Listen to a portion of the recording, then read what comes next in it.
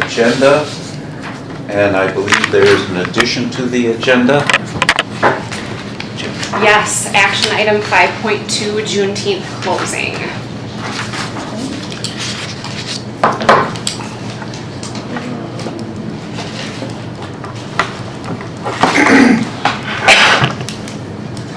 I wanted to add a piece on the agenda. Paul and I talked about, and it's not quite appropriate.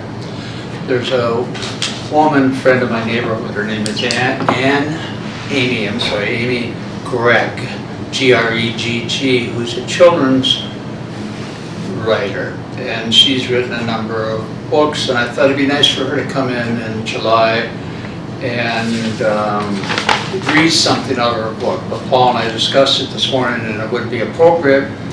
It'd be more appropriate for the youth reading, so I don't know how we want to handle that, but Paul did want to at least mention it. Yep. Is that good? Yeah, so we'll Okay. at this point add it to the agenda under action item, or Maybe under your library report. sure. Yep, that works. Okay, so that would be under the library reports. Sure. So if there are no other changes to the agenda, I'll motion to accept the agenda. I will entertain a motion to accept the agenda. I make a motion that we accept the agenda. Is there a second? I'll I second. second. All in favor of accepting the agenda as modified? Aye. Aye. And the agenda is accepted. Next item of business is the minutes of our last meeting.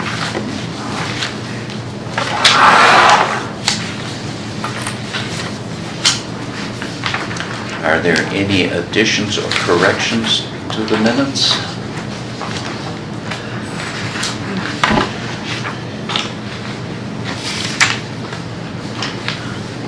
They look good as usual. I will make a motion to approve the minutes. And Okay, has been a motion to approve. Is there a second? I second. It's been moved and seconded. All in favor accepting last meeting minutes as presented? Aye. Aye. And opposed, same sign? Nope. And we move on to, what do we have here? I'm jumping around in my electronic version here. and Public, I- the public input, introduction of visitors. Okay, what we're at is public comments. Are there any public comments? My name is Kathy Boone. You know Alan, this is Tom Simmons, and we're representing the Norwood Young America Friends of the Library. And some of our members have noticed that the carpet is beginning to look worn in areas. And so we thought it would be a good idea to bring that concern to you folks. And then if the library, if the Carver County is actually owner of the building, then maybe they need to be notified too that the carpet may need to be replaced. And Tom Simmons was a former city administrator, so he's aware of how the county does their budgeting, or the city does their budgeting. And so I think he can speak to, why we thought this was a good time to bring it up. Yeah, so as you're all aware, the city owns the facility. Carver County owns everything that's in it. I think Heidi explained to Paul one time, you turn the building upside down, whatever fell belonged to Carver County, whatever stayed was part of the facility. Anyway, I was here when this building was built, and great building. If you saw what our libraries used to be in one of the older downtowns. And so we love the facility, people in the community love the facility, and Carver County does a great job of staffing and books and the overall building itself, it's everything. And But, I'd say 3 months ago, we were having a Friends of the Library meeting, and we noticed carpeting's getting kind of bad. And so someone should be made aware of it. So our initial thought was to write a letter to the city and let them know, but then I think that kind of went outside the bounds. It's really between the city and Carver County Library Board. And back at the time when this building was built, there was like 4 different attorneys, one for the CDA, one for the city, one for the library, one for the sheriff's office, and different architects. So there was all kinds of paperwork put together, joint powers agreements put together, and somewhere in those joint powers agreement, there must be something that addresses whose responsibility it is when time comes, carpeting needs to be replaced or whatever. So our main intent was to put it on someone's radar. And whether that goes, I'm more of thinking of how Paul put it, that should come through the library board to the city, and then the two of you determine through the joint powers agreement whose responsibility it is to pay, whether it's a split or whatever it is, to replace the carpet. I don't know how it was handled in Waconian. I don't know. I'm sure Chasker or Chan's replaced carpeting at some time. So you may have to look back and see how that was handled.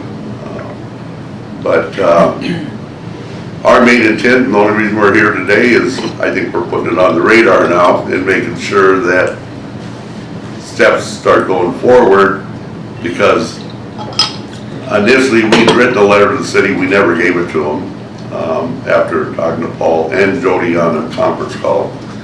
And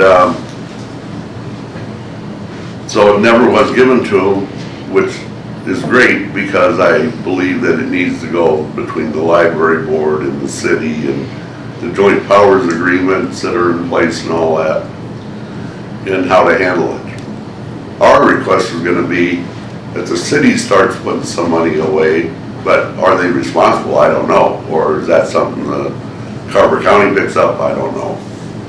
They'd have to go back and look at the joint powers agreement and see whose responsibility it is. But so we're trying to move it from the back burner to the front burner, because we are real proud of the facility we have, and we want to keep it up to date and a nice place for people and kids. Like Paul said, there's a lot of kids who are on the floor, and you don't want them on dirty carpeting or beat up carpeting. And that was the main thing we dwelled on, because it's the most evident thing that you see when you first walk in. So that's the only reason we're here. And I think we've put it on your radar now. So how it goes forward is between Carver County Library Board and Carver County and the city, how it gets handled, whether it's a couple years down the road or whatever. Do you have anything you want to add? No, I think you did a good job of that. Well, thank you for listening. Yeah. And we'll leave you to your meeting. If I may, before you leave, I want to thank you. I mean, we had a lively conversation the other day and kicked around and brainstormed, because there's many facets to this question. One is, and the bigger one that you've been focusing on, which is absolutely correct, and that is, what's our process? And I think right now I couldn't answer that question. I've read the JPA. I'm not real clear on how this particular item, which if you turn the building upside down and shake it, whether the carpet sticks to the floor, I'm being lighthearted. But the point is that it maybe end up being a shared expense, where everybody's mutually invested in it. I don't know that, but I do know from a manager perspective, and hearing the staff who are conducting the library programs for which there are children sitting on the floor, as a for instance, but that's not the only issue with the carpet as it stands today. These are real issues, and you're right, it's not going to be an expensive project. It's going to show probably on somebody's capital budget. And as we know from experience with, for example, the recarpeting project in Waconia, the cost of the library furniture movers, I mean, there's a couple ways to do it, but one of the more efficient ways of doing it is they come in with lifts that actually lift the book stacks up. You leave books on the stacks as they are, you lift them up and move them to a portion of the building, do your works, you know, and all this staging. And over the course of 3 or 4 stages, you get the whole building done. And that by itself, just the hiring of the movers and rental of all that equipment, that by itself represents a big piece of change. So these are all good questions. I would love to be able to move forward on this and bring this at least to the city. And as you say, get it on their radar, and whether we make it into 2024 budget or not, you know, would remain to be seen, but at least we can then start working on it. We also have, and honest to goodness, I mean, I wasn't priming the pump on this one, but the staff at the Watertown Library, same issues. Obviously a much smaller facility, but if you take a look at the carpet there, and we've had that one cleaned annually, and it does not clean up at this stage of the game. And there's other issues like we have here with the tiles lifting and separating, and they're representing safety issues. So, and then we have some capital things in Waconia that would be great to start to talk about that aren't going to be next year. But so out of this, I'd like to move forward with at least beginning a conversation with our cities and seeing where that leads us, and then coming back. And then does the library board submit a budget to Carver County with, say, capital items in it? So we're in the process right now of working on the 2024 budget. Right. And essentially that's more on the Carver County administration side, along with myself as library director, although we do look to guidance from our board as well, certainly. And so I think one of the points on our conversation last week was just making sure we're all aligning together. Yeah. And working towards those common goals. And that's why it's great to hear from you directly today. We appreciate it, and know that you're advocating for the beautiful library Yes. here. Mhm. Yeah. And because county would have the same budget deadlines as the city does, the city's probably, Alan's the city councilman, is probably starting to work on their budget for 2024. They have to submit a preliminary budget to the county by the middle of September, and that can be higher than the final budget, but you can lower it, but you can't up it for the final budget. Right. So Right. whatever you come in with a preliminary budget in September, you can lower it, but you can't up it. And so mid-September, everybody's required to have a preliminary budget, and then in December, they set the final budget for the cities and the county. So Carver County would be starting its, or they might be in the middle of their budgeting for 2024 right now too. So it's an opportune time to start those discussions, and like I said, I don't know who's responsible for the carpeting, if it's a 50-50, if it's Carver County, if it's the city. That's between you and Carver County and the city, through the joint powers agreement to figure out who is. Absolutely. Yeah.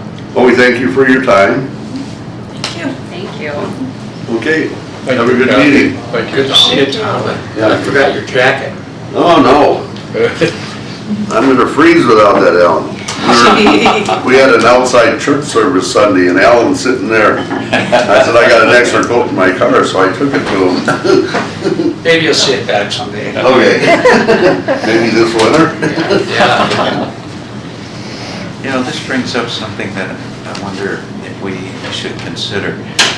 We were talking earlier about streets being replaced in Waconia and in Chaska, and for many, many years, maintenance and just normal wear and tear were kind of pop-up items. Oh dear, we have to do this now. So then you worry around, scurry.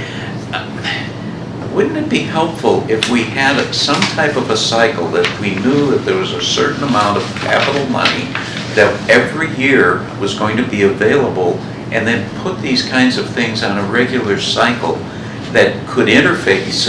We have three different entities that something like this would have to involve. And to have it more systematized than it appears to be at this time, so that we can look ahead and have a better idea of what is coming down the pike, one way or another. And we do have a couple of line items that we typically see for furniture replacement, sometimes larger shelving projects, addition or replacement, those sorts of things. But I think the carpet, it just ties back to that tricky JPA piece, and some of that ties back, even when we're hanging things on the walls, sometimes it's kind of a gray area as to, is that county facilities or is that city public works that should be coming in? So I think great questions to think about, and how, and as Paul alluded to earlier, like, what's our process? How can we improve upon that as we look ahead? If we in Carver County could come up with a coordination between the various entities, so we all knew how these pieces fit together. Do we build reserves for use at a later date for capital expenditures in an account on our GL? It's just like, Jonathan Association, if you look at their financials, they build a huge reserve for unexpected incident that they'll have to draw down if they need to. There's like several $1 million in there right now. So I don't know do we allocate reserves for capital expenditure and then draw it down as we need it, like what Frank's asking, or is it that the way I see your budget is that you request the capital expenditure, county approves, and then you draw it down as an encumbrance because of a non-profit model that we have coming out of your GL. But yeah, I think I spoke about it the last meeting. If we want to carry funds over to the following year, there's guidelines from finance as to what you can request to be able to roll over. It has to be a very intentional project, if I'm speaking to that correctly. Very intentional project, and then again, it will have to be spent down within that year that you roll it over into. Right. So. all right. No, good questions, absolutely. I mean, I looked at it, the numbers, and it's like you just budget it, and then you draw it down, and then you see what's your variance against your budget. And I'm always curious. There's one problem with cash Do we build reserves. reserves? There's a problem with cash reserves.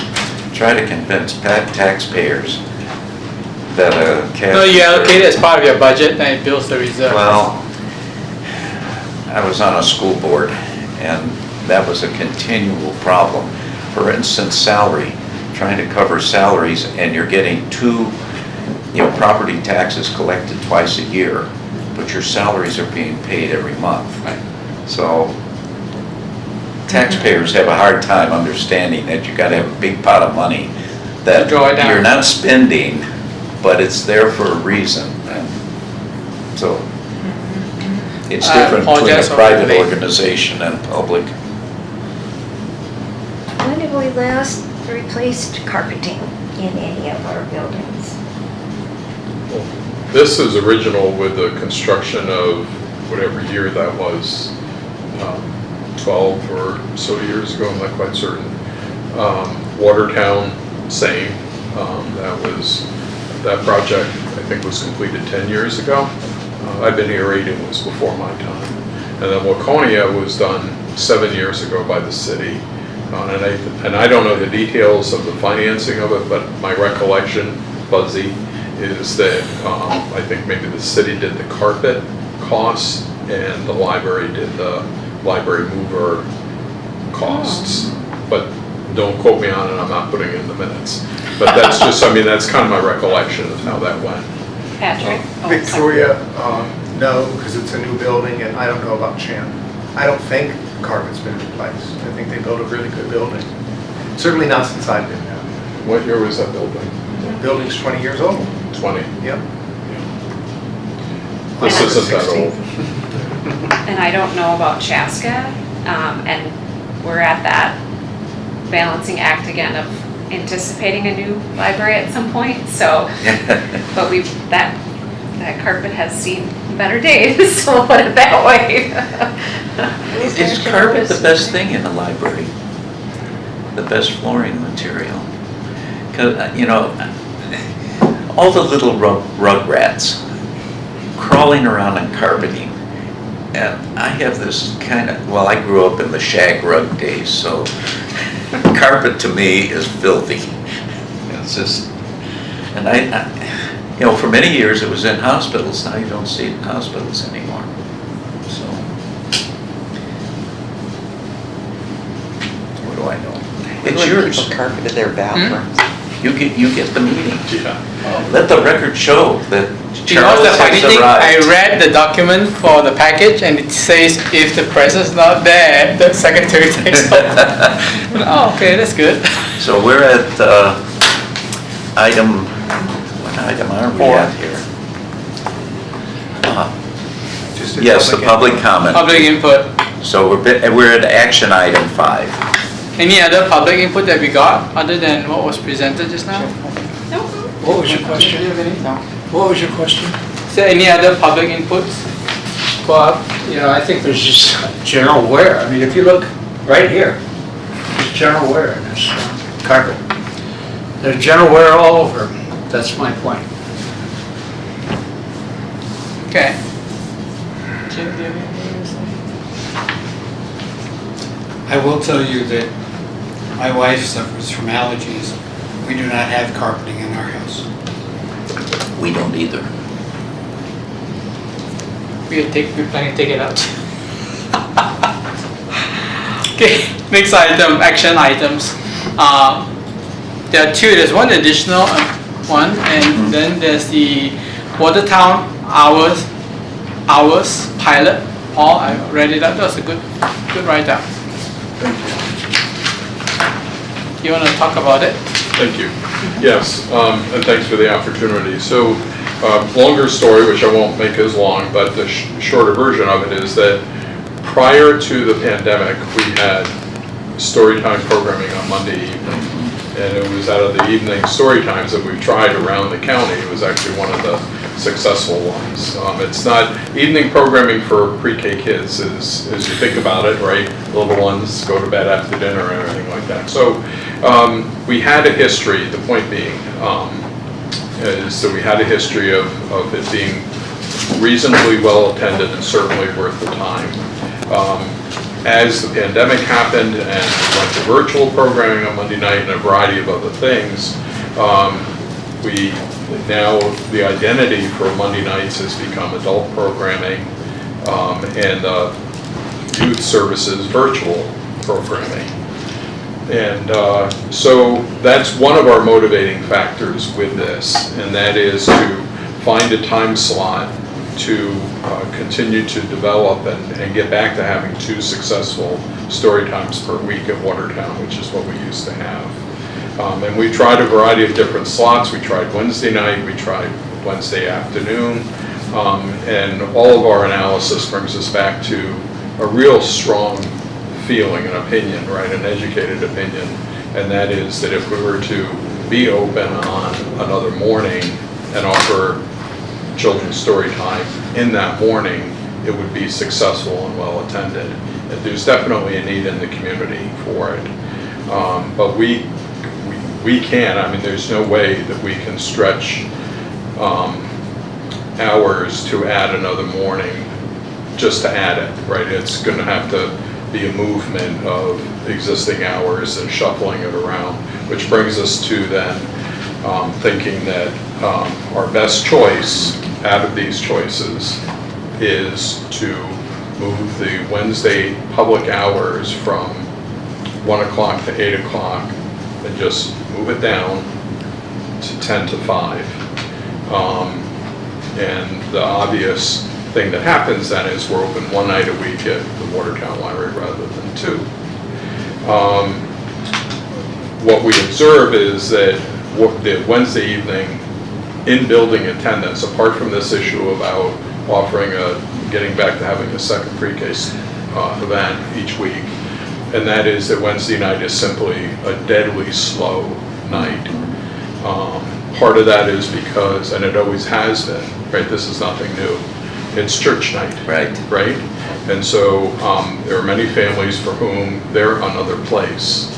And the other thing is that the Watertown City Hall rooms, the public, their meeting rooms that are used by outside groups is used robustly. And so, and there's a lot of activity out in the parking lot and waiting on the sidewalks and people convening and meetings after the meeting, if you will, all that kind of thing. Whereas we theorize, and we don't know this, nobody's ever said it, but we theorize that over a period of time, people that would come to the library on Wednesday night and struggle with parking and all the other dynamics would simply say, you know what, Monday night's gonna be my night, or I'm gonna come to the library on Saturdays, or whatever the off-peak time is. So we're not blaming or making any negative comments about the outside group use of the building. That's awesome, right? The fact that that facility is so well used. But it does present us with just some logistics as well. So all that said, it really brings us back to request that we try this as a trial, but fully expecting that it's going to be successful and that we'll confirm it. I mean, I wouldn't want to be sugarcoating this and say, we're going to try it as a pilot, but I don't think it's, you know, I mean, the hope here and our professional opinion is that this will be a worthwhile shift of hours, although it does come at a cost, which we largely think would be more about perception, about why we're only open one night as opposed to actually the usage that we get on that second night. And we do believe that the usage on that second morning will be a much better trade-off. So I missed that. So you're requesting is to move the Wednesday hours, right? Mm-hmm. What's the other day that we open late? Monday night. Okay. You sure prepared the deets here. I'm sorry. You sure prepared the deets. Yeah, Oh, detail. well, we try, you know, I mean, we could continue to study it and do different models, but I think the trends are real clear with how well Thursday morning pre-K programming is used by the community, and that there's a need for more there, and just how really deadly slow Wednesday night is in the library. So most of us as staff, if we're working night, we think of it as our off-desk time. Because we don't have any patrons that we're engaging with. And So now their Wednesdays are going to be super busy compared to I'm sorry, sir. Their Wednesdays are going to be a lot more busier than what it used to be. So will you come back after the pilot and then Oh, yeah. ask to, will, Look at the or data. if the pilot's, I'm trying to save you a step. No, Successful, I you'll just do would it. like to Oh, report yes. back and say, Okay. like, this is what we've experienced. Okay. That we now are seeing that on these Wednesday mornings, we've got in-building attendance at this level, and we have general attendance, and then we have this as attendance at story times, and that we didn't just take Thursday morning and divide it in half and float it over 2 days, right? We're expecting that we're going to be reaching people for whom Thursdays doesn't work, but Wednesdays will. So if we like, yeah, let's do this pilot, when would you take that into effect? When do you start that? So we do our programming seasonally, largely, the program planning, excuse me, do our program planning seasonally. June 22nd is our internal deadline for publication of the brochure for the fall season. And so my hope is to get this into that we begin this after Labor Day, and then we run it for 2 programming seasons, so that we have the fall, September through November, And then the the spring. winter, December through February, and whenever the deadline is for the spring brochure, for the March through May brochure, is a little bit before that, is when we start taking these snapshots and then assessing it, and then coming back here with either saying, let's approve this, or I thought it was gonna work, but apparently it didn't. So, and then figuring out what we go from there. The only concern I have is for your patrons who I know there are few, but are used to the 1 to 8. Right. And then now you shift it to 10 to 5. And then after 2 seasons, you shift it back. Well, But I doubt it will go that was- way, because I think by a couple of months, you would have a very good feel of Yeah. whether this is really positive to your patrons. And we, to be honest with you, is we've been kicking this around for a couple of years. This is not, since we started reopen after the pandemic and we realized what was happening with Monday night, Wednesday nights, is we've been looking at this since then, and we just keep circling back to the same solution. So same I'm gonna ask a solution. silly question. Why did we pick Monday and Wednesday night to go late? Was there a reason behind that? Before my time, but the hours have been set for the 3 western branches since before then. And my understanding, Heidi would talk about this, is they did some community surveys. Okay. I know there was after the reopening, or leading into the reopening of this building, and there were some community surveys, and then part of it was trying to find a schedule of 3 buildings for which the staff are interleaved in there, right, in scheduling, because any of us really work at least 2 buildings. Right. And trying to find rhythms for which we could get the overlaps. Okay. Saturday's the clearest example. Watertown is open in the morning, staff work 9 to 12, they get in the car, drive down the street, we're open here 1 to 4 in the afternoon, right? 1 staff person, 2 buildings, half shifts, right? And it's that kind of fine tuning. Have we had any response or questions come pushback from the city about we only open half a day on Saturday, or is that they just accepted it? I mean, we get complaints, people wishing we were open more hours, but Well, that's a staffing levels standard. don't allow for that. You know, we'd love to be open more hours, but Right, you know, there's only a limit to how much can be done. I would move to get a motion on the table that we changed the library hours at Watertown on Wednesday, 10 a.m. until 5 p.m. and leave it at that. In 2 years, we can do or in 2 seasons, we can do all of the analysis we want to without the threat that it's going to come back automatically. That we make that change. There's obviously been work, and we think it's going to work. So therefore, let's go with it. And if it doesn't work, worry about it then. The only question I have to that position is that did we, in addition to the fact that we know that, and I'm asking this question, I don't know the answer. Obviously, so we know that the consumers for the afternoon Wednesday story time is less, and I think generally you're saying that the foot traffic coming in the evening is less also, right? Substantially less, or do we have a steady foot traffic around that? We haven't actually done that measuring. We don't have an automated tool at the door that breaks down by the hour. Right. But anecdotally, 2 or 3 people a night. Okay. Between 5 and 8. I just don't want to be this is half less, but then we got quite a decent number of people coming in on Wednesday night, and then you flip the hours, and then you get a whole bunch of people complaining kind of a thing. For a long time, like when I was on the school board, we did not schedule anything for Wednesday evenings because It's it usually was church night right? and people just were not available and events did not work on Wednesday. So in that respect, I'm comfortable either going with a two season trial run or making it permanent, but put it on the calendar to just do some analytics after that time. So how do you want to move this? Do you just want to accept the request, or do you want to change the request to be permanent? I guess that's what you're saying. The request, is pilot. I would leave the word pilot out of it, just change the hours because at this point, all of the smart people think it's going to work.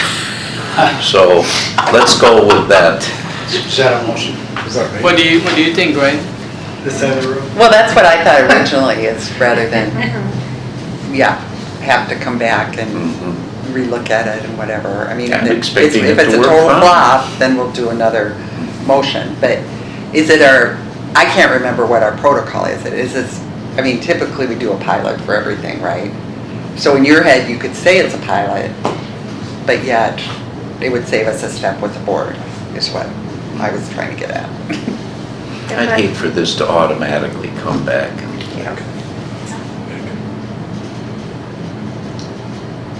Can I make a motion or? You have an active motion on the table. Pardon? You made a motion, so that's. You made a motion, I made a someone needs to motion. second it. Oh, did you make the motion? Yeah. You did. To change the schedule at the Watertown branch on Yes, Wednesday?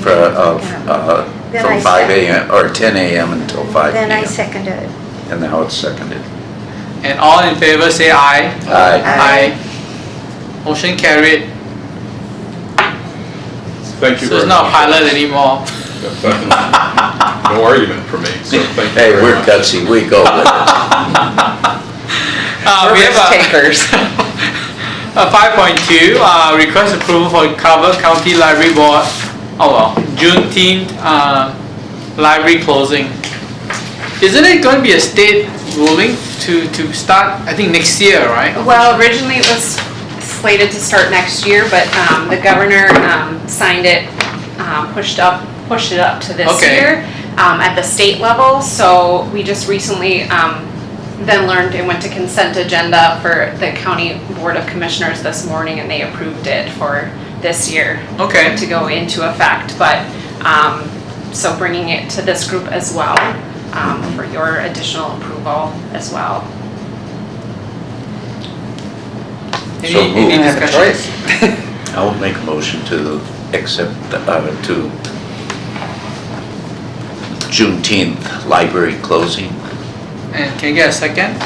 I'll second it. All in favor? Aye. Motion passed. Mr. Chair, if I may, Yes. on both of the last two, I just like to put in everybody's head that maybe there's an and in the future as we look at technology to be open and available without having the staff present. Because I think that Juneteenth is a very interesting and an important day. But it kind of flies in the face of providing access to people that are impacted by a lack of access over all these years. And so I think at some point in the future, it might make sense for us to have our libraries open and allow our staff not to have to work by way of digital access or whatever. I've been a proponent of that for years, so just wanted to put that in our heads. That would be a great idea. Yeah. if Is we it could do digital it. access? What do you elaborate? If you get a chance to drive to Jordan, for example, in Scott County, you have to take a 3 or 4 minute test and sign something, or watch a video, I think it is. and Oh, sign so then they something. can just be a self-service thing going Your in there? library card becomes your scan and access thing. Okay. What is it, Fitness? What's the fitness place? Snap Fitness? You can scan in after hours or before hours. Cologne, Cologne. Cologne City, Cologne does that? yeah. They have a exercise room in their city hall, Yeah. and you can, it's open, available 24/7. That'd be pretty cool. So what does it mean for this year in terms of notice? Means we have a lot of communication to get out Yeah. tonight, tomorrow morning. Right. And with shifting schedules for staff. But then a big impact, of course, is summer reading program, and we've worked with vendors for programs next Monday. So we have to work with potentially, canceling, but potentially seeing if a reschedule can be done in terms of the contracts that we have already in place. Yeah, it's pretty late notice to. Yeah, Just to that's- give you the yeah, context, the legislature closed and approved, and then it had to go through our collective bargaining units because you've got labor components to it. Well, that was my second question. How does it affect, holiday pay? It's like an extra day of extra holiday for everybody. Yep. Wow. I wish I The was still logistics working. of it. Yeah. And it's bang bang, right? It's the Yeah. 19th. Yeah. Okay, next, unfinished and new business. It's a bylaw review. That's an interesting read. So the bylaws it's their time, up for review, and potential any edits or revisions. And so bringing this to all of you for any comments, questions, edits, since this really is your document, although I did take it to Nick Coctavi at the county level, and he did not have any concerns or suggested revisions at this point. He thought it looked fine as it stands, but I would welcome any thoughts from all of you. At this point, do we include a youth representative or do not acknowledge it here? Remember, we voted just before 220, Mhm. but it didn't appear on any document or only in the agenda or the meeting notes. And is it for 1 year? This is just an aside, but is this appointment for a youth representative for 1 year or 9 months? I believe it's for 1 year. I'd have to verify that. What's that question?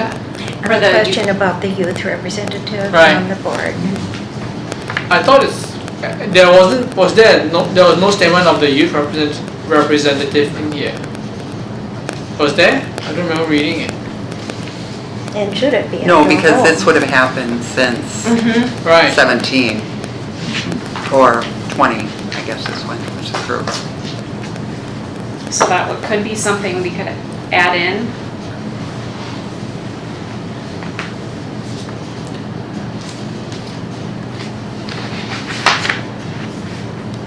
Just so I have it right for the minute, so the question is whether the current configuration for, or current assignment, I don't know what the word is. for Current youth bylaws. Representative, Right. yeah, if it's a 1-year appointment. And I wouldn't lock it in. I mean, I would just say something,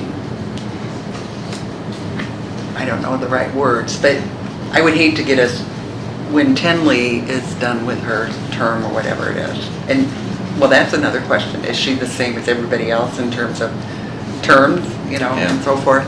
But then, if there isn't anybody else available, I wouldn't want that to be an Mhm. obstacle to continue. It would depend on that person. Yeah.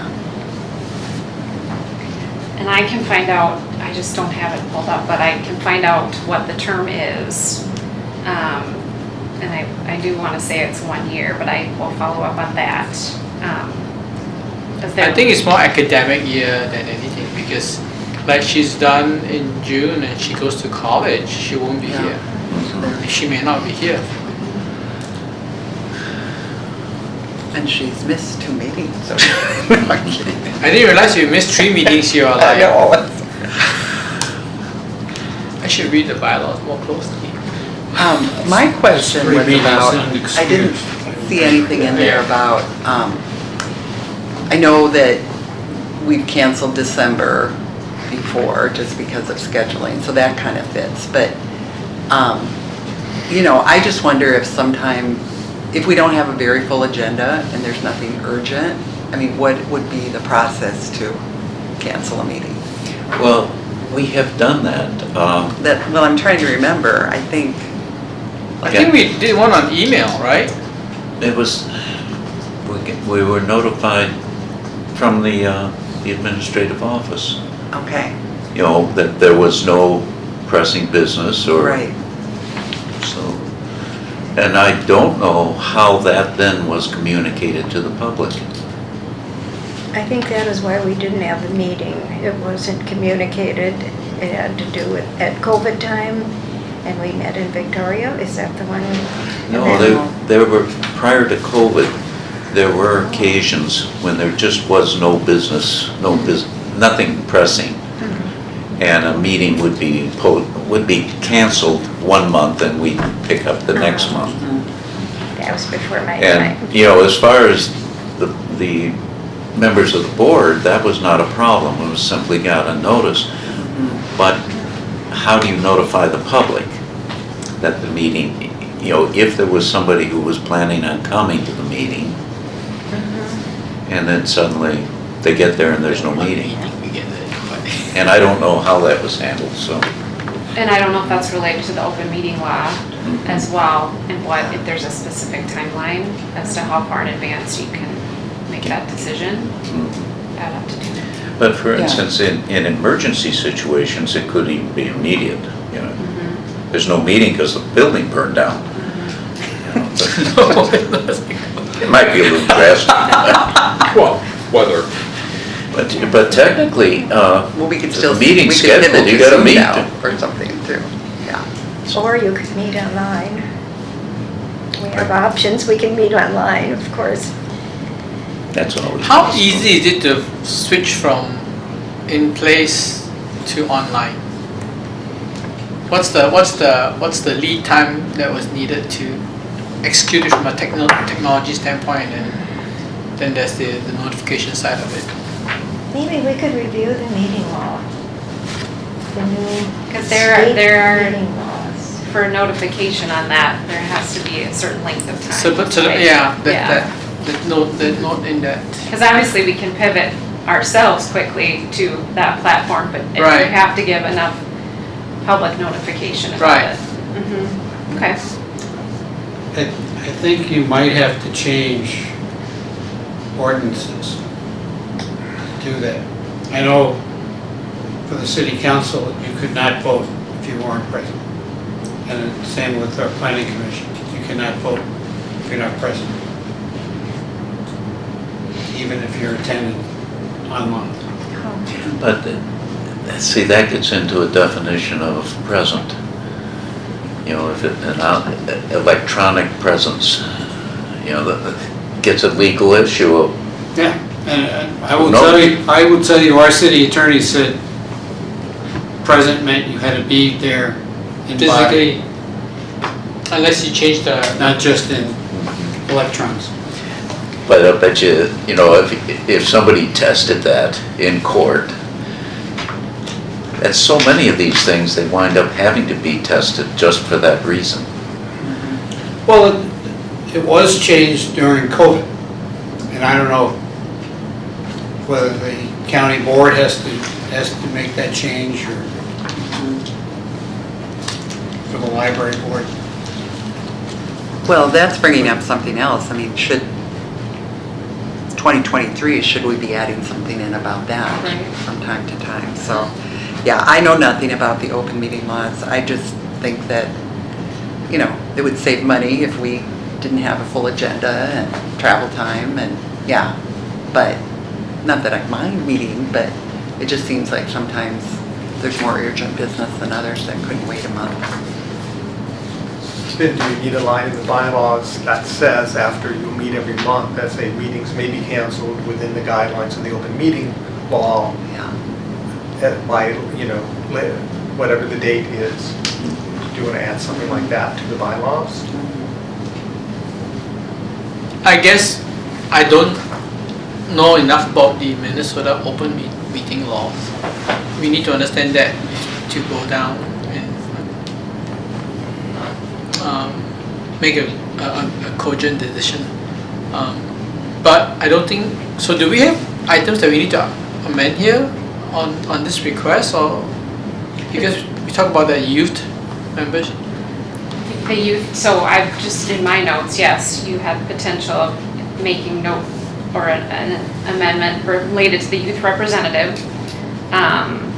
And then potentially language surrounding if and when a meeting needed to be canceled, or if and when a meeting needed to be shifted to a virtual mode or hybrid mode. Right, those, yeah.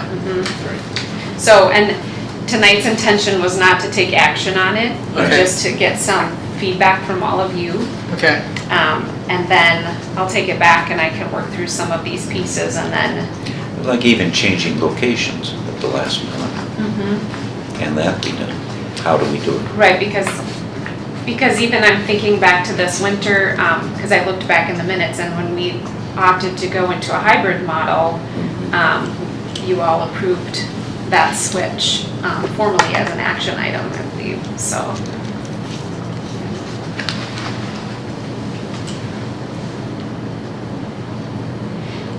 okay, thank you. Matt, you have anything you wanna? I'm just curious, how does MELSA do it? We typically find out the month before as we adjourn if there's enough for the next, Okay. so we decide if there's a meeting or not. I don't think we've ever not had a meeting.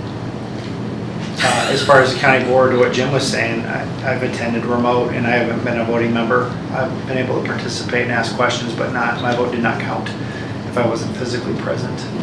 And then from a COVID perspective, I think that the leniency of that period of time has expired.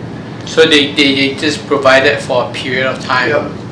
Okay. Yep, because we're not in an emergency situation anymore and presence is required, so. That makes sense. Tell that to businesses that are trying to get people back in the office. They're having a hard time. You know, a lot of companies doing that. I have I know someone that they shut down the Amazon office here, and he was told to report to Seattle. You report to Seattle or your job's gone. That was it. He reported to Seattle from here. Physically, he had to move physically there. That was a crazy thing.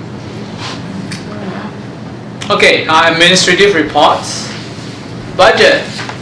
Are we broke? I'm just kidding. No, we're sitting just fine, Charles. Money for carpet. No money for carpet. No, we're in good shape at this point of the year. If, I know there's a couple line items that are above in their percentage, and a couple things could affect that, which I think I've mentioned previously, could be a prepay with software, it could be also something that we just need to make a journal entry to adjust it to another line item. Right. So don't be alarmed if you happen across that. Right now, actually, more of our energy is being directed towards launching into 2024 budget process with the county. As of this week, we start delving into that and looking at projections for that, and looking at forward to what we are putting in requests for. One of our big kind of focuses, or our biggest focus as we look to 2024, is our collection budget and seeing if we can increase our budget for that. It relates to inflation, the supply and demand that we're experiencing, some of the, and I think Patrick spoke to that perhaps last month, costs of both print and digital, and how those expenses are rising, as are the processing costs from our book vendors. So we're just seeing an increase across the board. And so how do we have to look at that and say, how can we best manage that to meet the needs of our customers, certainly. I don't know, Patrick, if you want to add anything on the collection side else to that. So looking at that, certainly. So that's a big focus, certainly, looking at how do we sustain our Wi-Fi hotspots and funding for that as well as we move forward, which are hugely popular, important item, not only popular, but obviously it's that accessibility piece that we talk about too. So how that can become part of a sustained part of our county budget as well, so.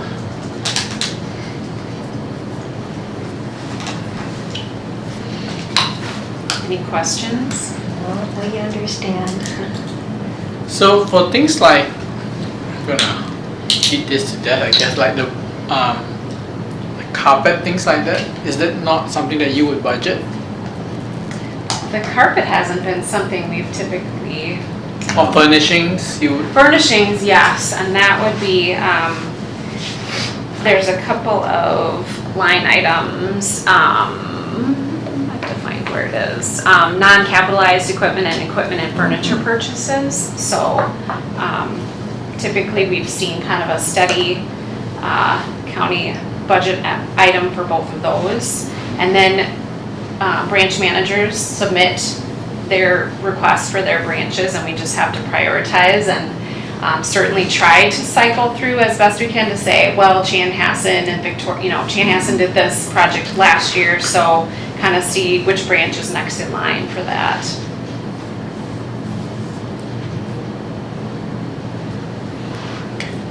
And then, for our tech budget too, we work through a cycle of replacing computers and laptops, those sorts of things as well. So that would be another line item that we would typically work with each year, and just making sure that we're updating those in an appropriate time as we work through that.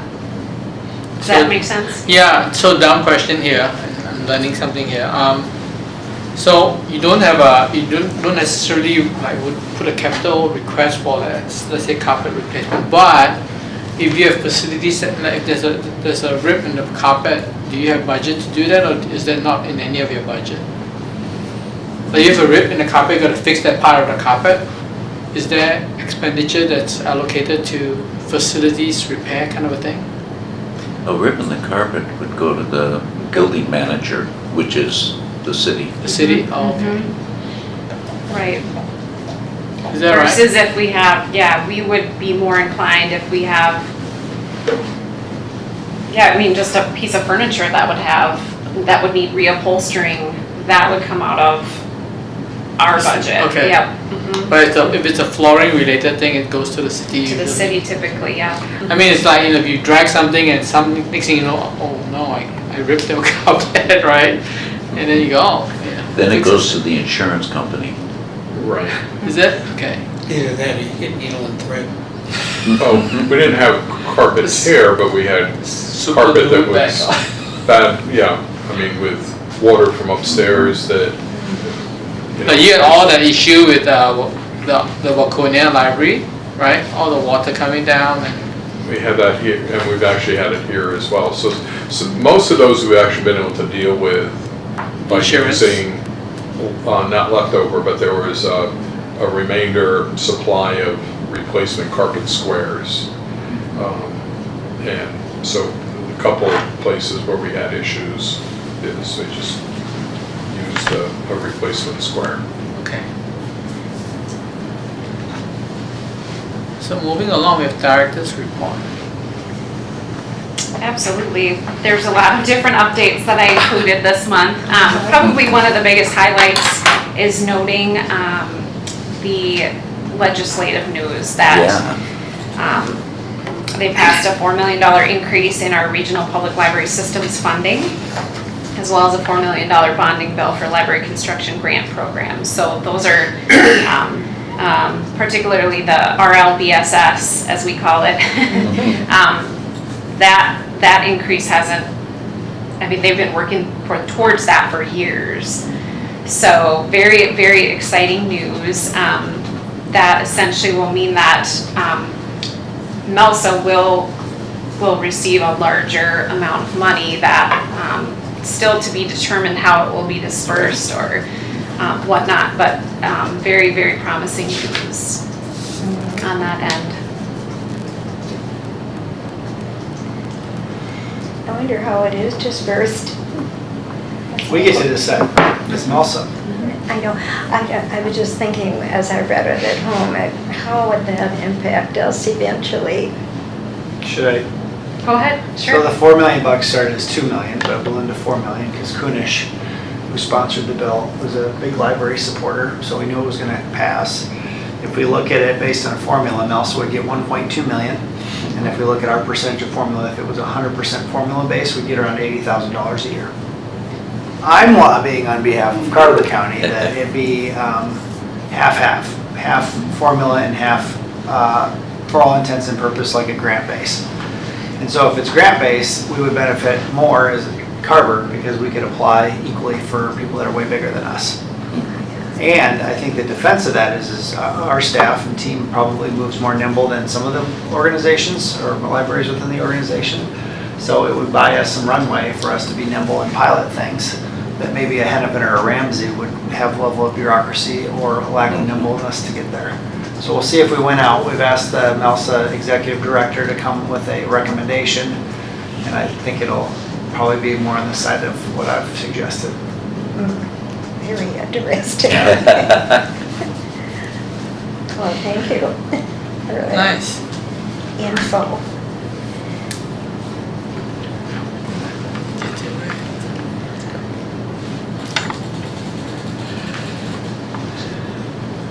I certainly welcome any other questions or comments about the director's report, if any. Well, then, I like that Dalkey update place. We're gonna have to look at that. Yes. Because it's hard to keep track of everything that's been going on. So we- Even as a board member, so. Sure. For the public. Excellent. So our librarian Susan Bernstein, who manages a lot of our website components, added this page that will provide updates about each of the ongoing projects or past projects of the Dalkey grant. So I would welcome you to check that out. just it gives a really nice summary of where we're at with things. So wanted to share that exciting work that's, just find more ways publicly to share that exciting work that's happening with our staff and in our branches, so. I enjoyed your comment there about under culture, your meet and greet, and it reminded me, years ago, there was a saying that the best managers were the ones who managed by walking about.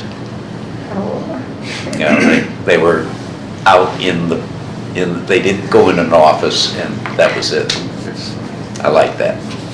Well, I've had a couple of meet and greets so far, and it's been very energizing to hear and visit one-on-one, or in a group setting with staff and hear from everyone. And certainly coming at it, I know a lot of the staff because I've been with the system for so long. Yeah. But there's other new staff too that it's great to get an opportunity to get to know and to just look at everything from lens of being a director. So.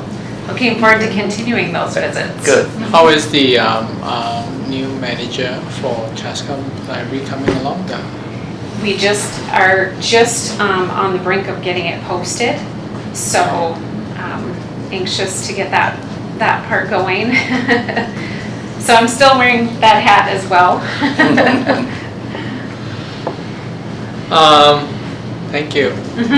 Absolutely. Nick is not here, so I'm going to jump straight to the trustee and commissioner's report, I think. I have 3 things in my report, if you want to pull it out so you can, as I do my show and tell. First is the Friends of the Victoria Library have just started doing book sales. This last one was unbelievably successful, raised around $400 in 4 hours. So we're very pleased with that. May, the adult services team at Victoria and Chanhassen did music in May programs, and we did 4 different ones featuring 4 different styles of music, which I thought was very interesting, and they were all very well attended, which was great. And then the last thing is not pictures. It's a nice page on page 8 of my report for you to read later.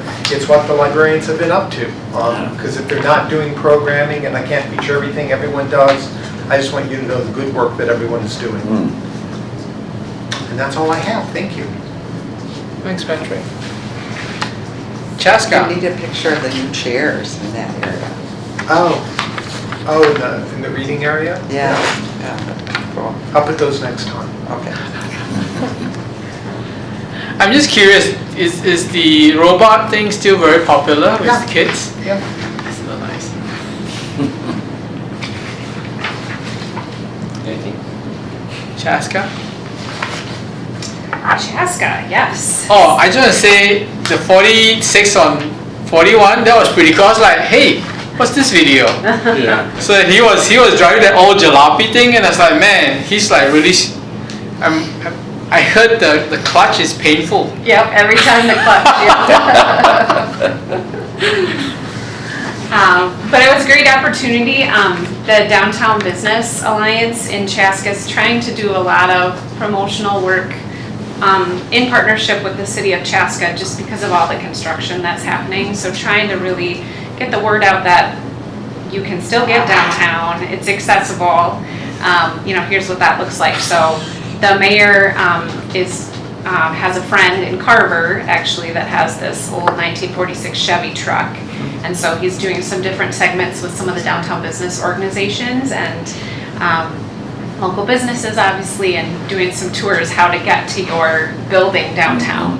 So He did a few, but then I just saw the one for Chaska Library. I thought it was pretty cool. So yeah, that's a big push for us right now, is just to continue, especially with summer reading program and knowing that parking is a challenge, knowing it is not the easiest to navigate, but come on down, visit us. We were able to work with City of Chaska, and they got a SHIP grant through Public Health to get a new bike rack right out front. So just to try to encourage people to come down there. Although we are also planning quite a bit out in the parks this summer as well. And have been starting to do, and I think I mentioned a couple events, starting to do some outreach, and have already been doing so up in Carver, and quite a bit up at the community center in Chaska as well. So just trying to stay connected, but hearing from staff that it's been busy, especially once school got out in the area. So good to see traffic coming through, and hope that continues.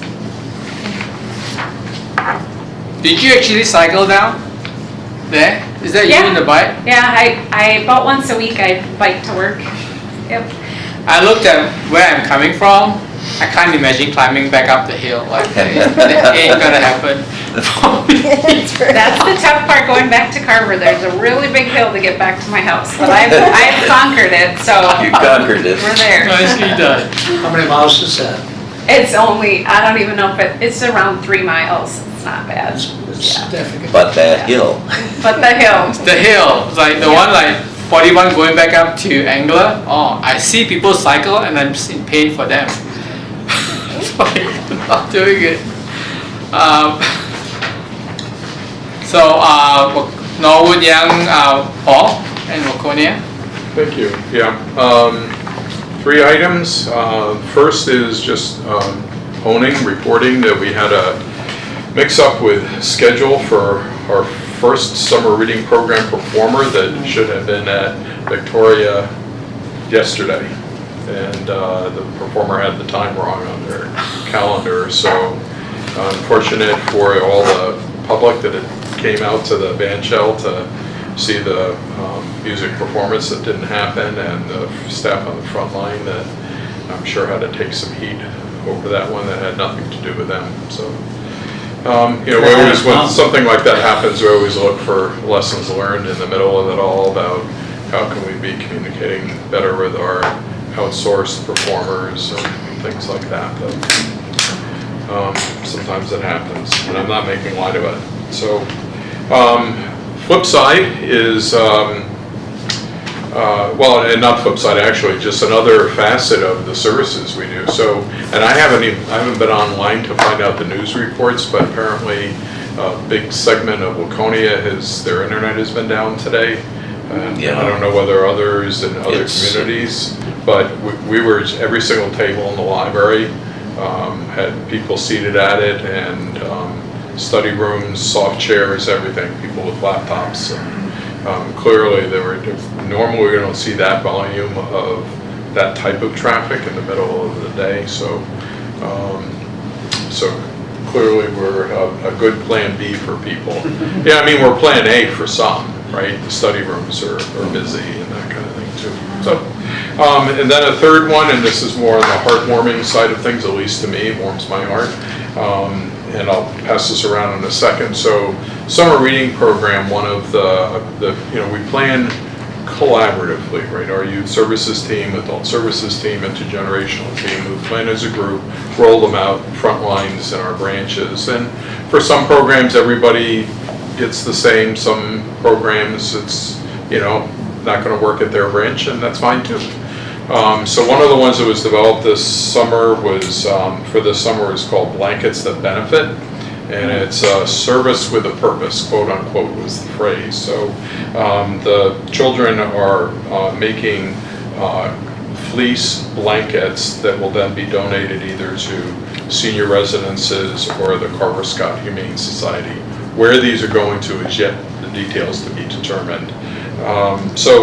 We had there were volunteers that happened to be upstairs from the Waconia building in the residence departments upstairs, about 85, 86 hours of volunteer time prepping the fleece sheets in order to get them into the blanket-sized squares and then getting the notches cut in them so here's a handout, take one down, pass them around, of some of the pictures of what was being done yesterday. This event will be at other branches as well. This wasn't just a Waconia thing.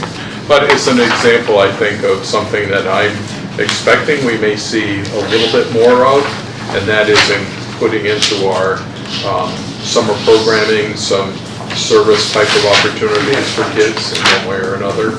And it was just very well received by the attendees that were there yesterday. I don't know, you were around Chaska, because I think you had a program today. yeah, I haven't heard. You haven't done that I haven't yet, heard, yeah. so I'm anxious So- to, yep. At any rate, just a nice item about summer reading program in multiple branches. That's what I got. Nice. It's terrific. 3 items, right, Patrick? 3 items. This has been done in schools too. I Yeah. mean, just darling, oh, it's just, I can't think of anything nicer for children to do for others.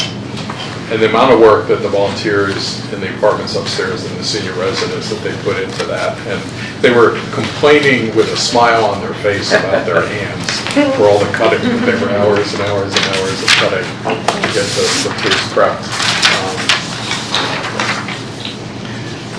Thank you, Paul. Yep, thank you. Melsa, Matt, any updates? Jody covered our update with the dollars coming from the state, which is great. Thursday we're together with Malta. We'll probably see more formula-based recommendations, and I think that's it. Am I saying? No?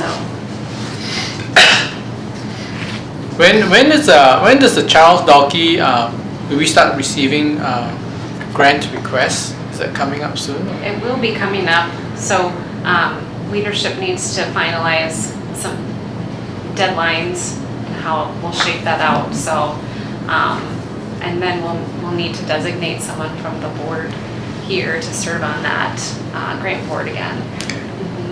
So likely I'll have more information by our July meeting for all of you.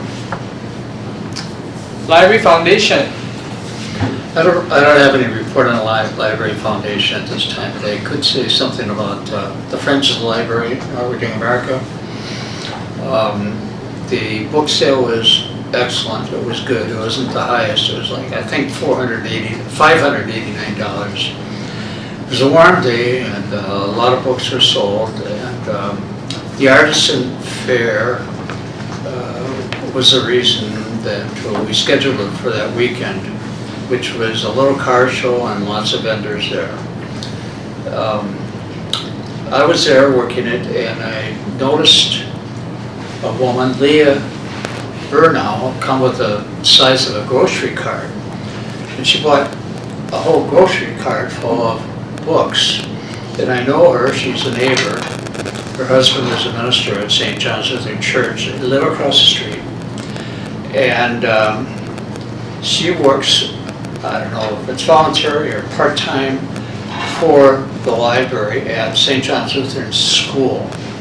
So I talked to her and I said, you know, I want to bring this forward in our Friends of the Library meeting, that see if we can help you out a little bit. And you mentioned that you have a small budget, which I did, and the upshot of it was that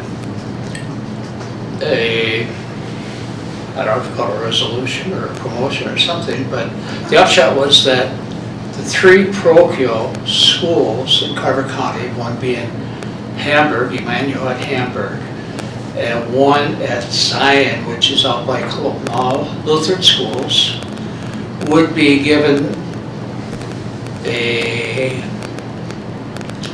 certain time of the year at the end of the book sales, like in September, that they could come in and take anything they want at free.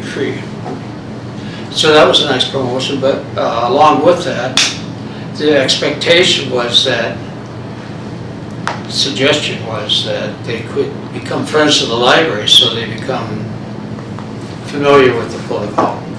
So I thought that was really nice. She was excited about that. She's a graduate of Concordia, and so is her husband. So anyway, then the other thing I wanted to bring up, that's what we started to bring up at the beginning.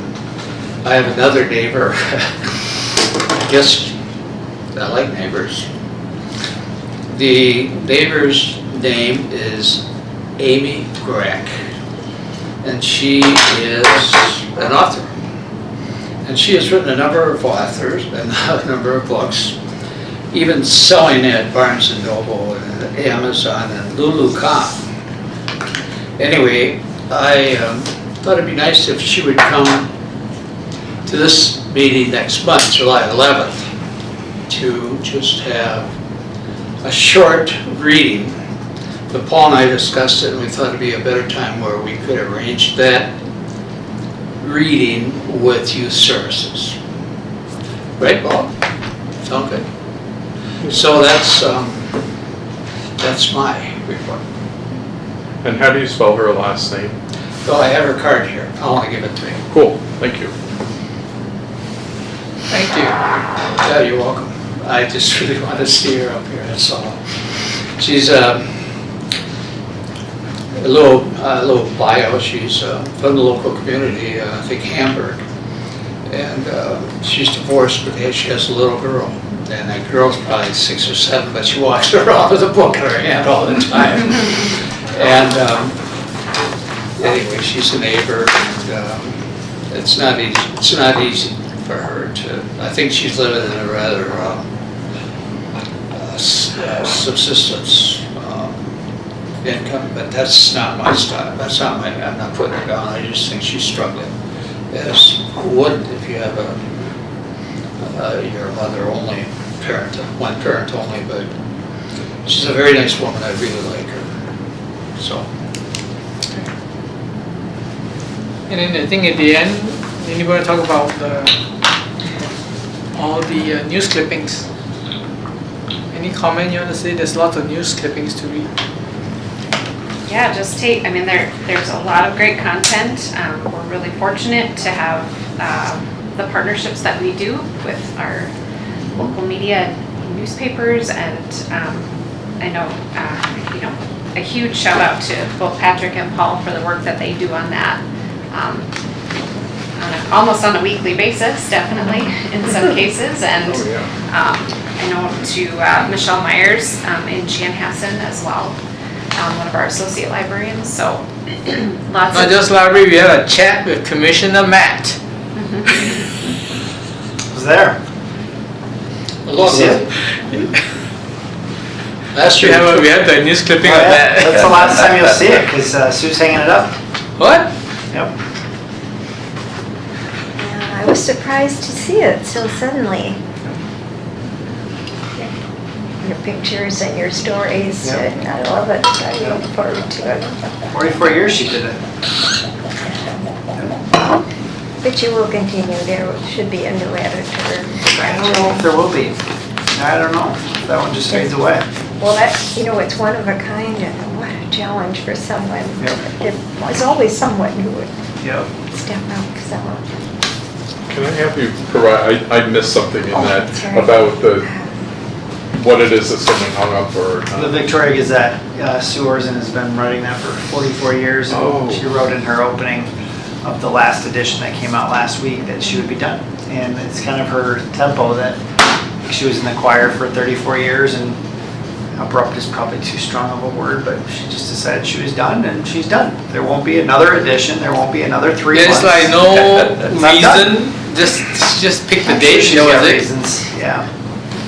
44 years might be enough. Yeah. She said she would donate the newspapers, the rights to them to the library system, Carver County Library System, several other places too. Yeah.